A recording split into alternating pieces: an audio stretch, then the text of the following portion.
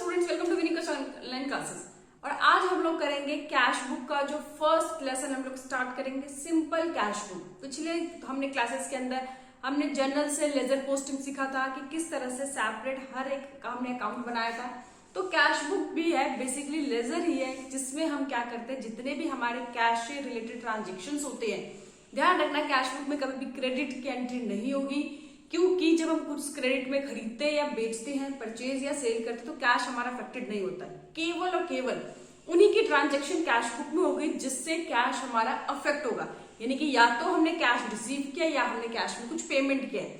अगर हम चेक से पेमेंट करते हैं, उधार में खरीदते हैं, उधार में हम सेल करते हैं, परचेज करते हैं, तो इसकी एंट्री नहीं होगी। ध्यान रखना, टॉपिक का नाम ही है कैश बुक। तो दो चीजें याद रखना, अगर कोई चेक से पेमेंट होगी, हमारा कैश अफेक्ट नहीं हो रहा, तो कैश बुक में उसकी ट्रांजैक्शन नहीं होगी। अगर आपने क्रेडिट में सेल किया है, क्रेडिट में परचेज किया, तो कोई भी जो क्रेडिट ट्रांजैक्शन है वो भी कैश बुक में नहीं आएगा, क्योंकि कैश बुक केवल उसी चीजों को दिखाता है जिससे हमारा कैश इन होता है या हमारा आउट होता है। यानी कि कैश अफेक्टेड होगा तो ही उसकी ट्रांजैक्शन हमको कैश बुक में करनी है। ओके, सबसे पहले आप स्टार्ट करते हैं। मैंने बताया था जो कैश है हमारी एसेट्स है, ठीक है। एसेट्स हमारा बैलेंस हमेशा डेबिट होता है, और जब इंक्रीज होगा तो क्या होगा, डेबिट, और डिक्रीज होगा तो क्या होगा, क्रेडिट। तो देखिए यहाँ पे मैंने फॉर्मेट बना रखा है, बिल्कुल लेजर की तरह ही फॉर्मेट है कि डेबिट साइड जो है लेफ्ट साइड पे आता है, क्रेडिट आपका राइट हैंड साइड पे आता है। यहाँ पे हम लोग क्वेश्चन देख रहे हैं, एक एक क्वेश्चन करेंगे। अब हम लोग जर्नल ही करेंगे। पहले हम लोग जर्नल से लेजर पोस्टिंग सीखते थे। कैश बुक में हमारे पास इतना टाइम नहीं होता एग्जाम में कि हम उसकी जर्नल करें, फिर जर्नल से लेजर पोस्टिंग करें। डायरेक्ट यहाँ पे आपको कैश बुक बनाना है, क्वेश्चन आपके सामने दे रखा है। अब आपको बस इतना समझना है कि कहां से कैश आ रहा है और कहां से कैश जा रहा है। हर एक एंट्री को पढ़ेंगे। अगर कैश हमारा इनफ्लो हो रहा है, कैश आ रहा है, कहां पे दिखाएंगे, डेबिट साइड पे। क्यों? क्योंकि कैश हमारी एसेट्स है, और जब इंक्रीज होता है यानी कि कहीं से पैसा आ रहा है तो इंक्रीज हो रहा है डेबिट साइड पे।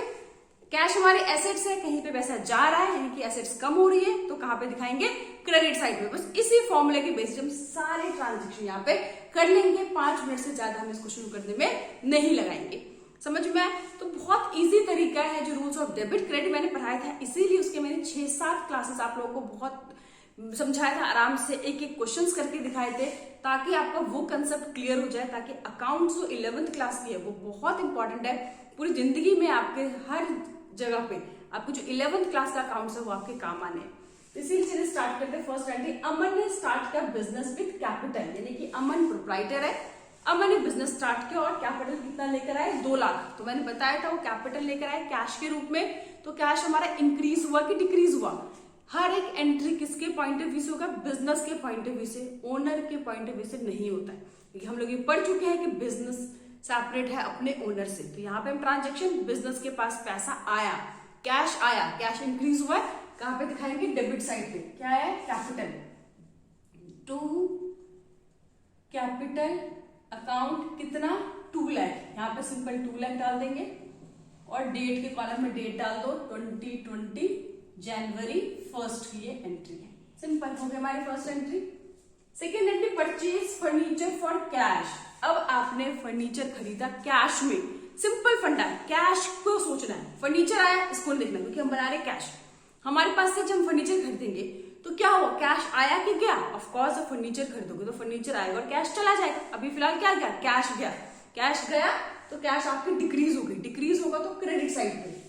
कैसे हमसे, बाय फर्नीचर, क्योंकि फर्नीचर आपके पास आया और कैश चला गया। बाय फर्नीचर कितने का, 50,000 का। ओके, इसमें कैश का एंट्री नहीं होती, बताऊंगा आपको कि कैश को छोड़कर जो दूसरी एंट्री होती है वो इसमें पोस्ट करते हैं। थर्ड है, गुड्स खरीदा कैश में। अब हमने गुड्स खरीदा कैश में, तो गुड्स आया और कैश गया, कैश तो जा रहा है, कैश डिक्रीज हो रहा है, तो क्रेडिट साइड पे। बाय परचेज, बताया था गुड्स के लिए हम लोग परचेज वर्ड का इस्तेमाल करते हैं। कितने गुड्स खरीदा, 30,000 का। कैश गया तो क्रेडिट साइड पे एंट्री। कुछ भी हम जब खरीदते हैं और कैश में खरीदते हैं तो कैश हमारा आउटफ्लो होता है, चला जाता है, इसीलिए वो क्रेडिट साइड पे हम दिखा रहे हैं। पहले फर्नीचर खरीदा तो हमारे पास से 50,000 चले गए क्रेडिट साइड पे, फिर हमने गुड्स खरीदा है, गुड्स के लिए हम परचेज वर्ड यूज करते हैं, वो 30,000 फिर से हमारे पास से चला गया। Third entry, paid freight. Freight हमारा क्या होता है, बेसिकली एक्सपेंस होता है, जैसे कि रेंट देते हैं, वेजेस देते हैं, सैलरी देते हैं, उसी तरह से फ्रेट भी हमारे क्या होता है, खर्चा होता है, एक्सपेंस होता है। तो आपने खर्चे पे किए, आपके पास से पैसा चला गया, तो आपकी एंट्री बाय फ्रेट कितना गया, 500। ध्यान रखना जहां जहां से पैसा जा रहा है क्रेडिट साइड पे एंट्री करके, ये भी एंट्री होगी। सोल्ड गुड्स फॉर कैश, अब हमने गुड्स बेचा है, आपके पास से क्या आया, कैश आया, क्योंकि गुड्स हमने कैश में बेचा है। और क्या गया, गुड्स गया, बट कैश हमारे पास आया, हमें कैश को देखना है। कैश हमारे पास आया है किस डेट को, 7 जनवरी है, जनवरी 7 टू सेल्स अकाउंट, क्योंकि अब हमारे पास कैश इंक्रीज हुआ है जब हमने कैश में गुड्स को बेचा है। तो जब भी हमारा कैश इंक्रीज होगा डेबिट साइड पे, अभी हमारा कैश इंक्रीज हुआ है जब हम उधार में, अभी हमने कैश में गुड्स को बेचा है, हमारे पास कैश आया है, कैश आया तो कैश इंक्रीज हो गया, हमने डेबिट साइड पे दिखा दिया। पेड टू रमेश, अब हमने रमेश को पेमेंट कर दिया। जब हम किसी को पे करेंगे कैश आएगा कि जाएगा, ऑफ कोर्स जब पे करेंगे तो कैश हमारा आउटफ्लो होगा, कैश जाएगा, कितने का, 20,000 का। तो 20,000 हमारे पास से कैश चले गए, चला गया क्रेडिट साइड पे, क्योंकि हमारे ये डिक्रीज हो गई, माइनस हो गया। 10th जैन की एंट्री है, बाय रमेश 20,000। देखा आपने, सिंपल है, बहुत आसान है, आ रहा है पैसा डेबिट में, जा रहा है क्रेडिट में, पोस्ट करते जाओ। फिर sold goods for cash, again हमने 10,000 का गुड्स बेच दिया। अगर हमने कैश में बेचा है, सीधी सी बात, हमारे पास कैश आया है। डेट है 15 जनवरी टू सेल्स अकाउंट, कितना आया, 10,000। ध्यान रखना, वैसे भी परचेज करते हैं तो पैसा जाता है, परचेज इस तरफ, सेल किया तो पैसा आया है डेबिट साइड पे। नेक्स्ट है पेड वेजेस, फिर से हमने वेजेस पे किया। मैंने बताया वेजेस हमारे क्या होते हैं, एक्सपेंस, खर्चे, हमने खर्चे को पे किया है, हमारे पास से पैसा चला जाएगा। एंट्री है 20th जैन की, बाय वेजेस अकाउंट, क्योंकि हमारा वेजेस एक्सपेंस है, उसकी हमने पेमेंट किया, हमारे पास से पैसा कैश चला गया। नेक्स्ट है purchase goods from Raj on credit. ध्यान देखना, ये क्या कह रहा है, हमने गुड्स खरीदा है राज से क्रेडिट में, उधार खरीदेंगे तो क्या कैश का कोई फर्क पड़ेगा, नहीं। ठीक है, फर्नीचर आया, हमारी लायबिलिटी भरी, क्या कैश का कोई फर्क पड़ा, नहीं। उधार सामान खरीदते हैं, ये उधार सामान बेचते हैं, तो कैश ना तो इन होता है ना कैश आउट होता है, ना तो कैश बढ़ता है ना कैश घटता है। हमें क्या दिखाना है कैश बुक में, जो कैश से अफेक्टेड हो, केवल कैश में जो ट्रांजेक्शन है उसी को दिखाएंगे, जो क्रेडिट की एंट्रीज में नहीं होगी। और एग्जाम में 1-2 एंट्री ऐसे जरूर डाल देते हैं ताकि बच्चा गलती करे, और एग्जामिनर चाहता है कि बच्चा जानबूझ के कुछ ना कुछ ऐसे मिस्टेक करे ताकि उसके मार्क्स कटे। तो आपको ये गलती नहीं करनी है, क्रेडिट में एंट्री नहीं करना, चाहे क्रेडिट में सेल करे चाहे क्रेडिट में परचेज करे, क्योंकि उसमें कैश इफेक्ट नहीं हो रहा है। नेक्स्ट है पेड रेंट बाय चेक। अब यहाँ पे देखो, हमने रेंट पे किया बट चेक से दिया है। जब हम चेक से दे रहे तो क्या हमारा कैश अफेक्टेड हो रहा है, क्या आपके पास से कैश जा रहा है, नहीं। अभी आपने चेक से पेमेंट किया तो बैंक अफेक्टेड हुआ, तो कैश कोई फर्क नहीं पड़ा, तो ये भी एंट्रीज में नहीं होगी। इसमें केवल वही एंट्रीज होंगी जिसमें कैश हमारा इफेक्टेड होगा, कैश इन होगा यानी कि आएगा, या कैश हमारा आउट होगा या हमारा जाएगा। बाकी कोई भी ट्रांजेक्शन इसके अंदर नहीं आएंगे जिससे कैश अफेक्टेड नहीं हो रहा। तो सिंपल हमने सारे एंट्री पोस्ट कर दी है। अब हम क्या करेंगे, दोनों का बैलेंस करेंगे। जैसे लेजर में बैलेंस करे थे वैसे 2,38,2,38,000 हमें दिख रहा है, इसी साइड ग्रेटर है, पहले से मैंने लिख दिया 2,38,000 दोनों साइड देंगे।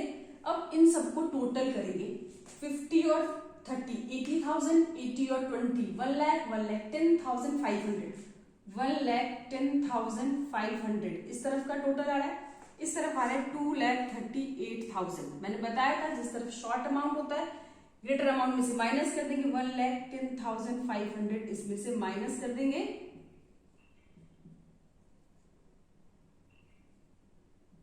1,27,500 किस तरफ आ जाएगा, by balance CD carry on कितना आएगा, 1,27,500। ये मंथली वाइज बनता है, तो लास्ट ऑफ द जनवरी का मंथ है, तो लास्ट जनवरी का क्या होता है 31 जनवरी बैलेंस सीडी, यही सीडी अगले महीने के लिए क्या आ जाएगा 1 फरवरी के लिए टू बैलेंस बीडी, यानी कि 1,27,500 का बैंक बैलेंस, सॉरी कैश का जो बैलेंस है बिजनेस के पास है। ठीक है, अगर नेक्स्ट मंथ हम देखेंगे कि कि कैश बुक में कितना बैलेंस हमारे पास पड़ा हुआ है, तो 1,27,500 का हमारे पास बैलेंस पड़ा हुआ है। तो ये दिखाने के लिए सिर्फ कैश बुक में, कैश ये क्या है, लेजर है, लेजर के पहले भी हम पोस्टिंग बहुत अच्छे से कर चुके हैं। तो सिंपल है, कैश हमारी क्या है, एसेट्स है, एसेट्स है तो उसका बैलेंस डेबिट होता है, डेबिट इंक्रीज होगा तो डेबिट, डिक्रीज होगा तो क्रेडिट।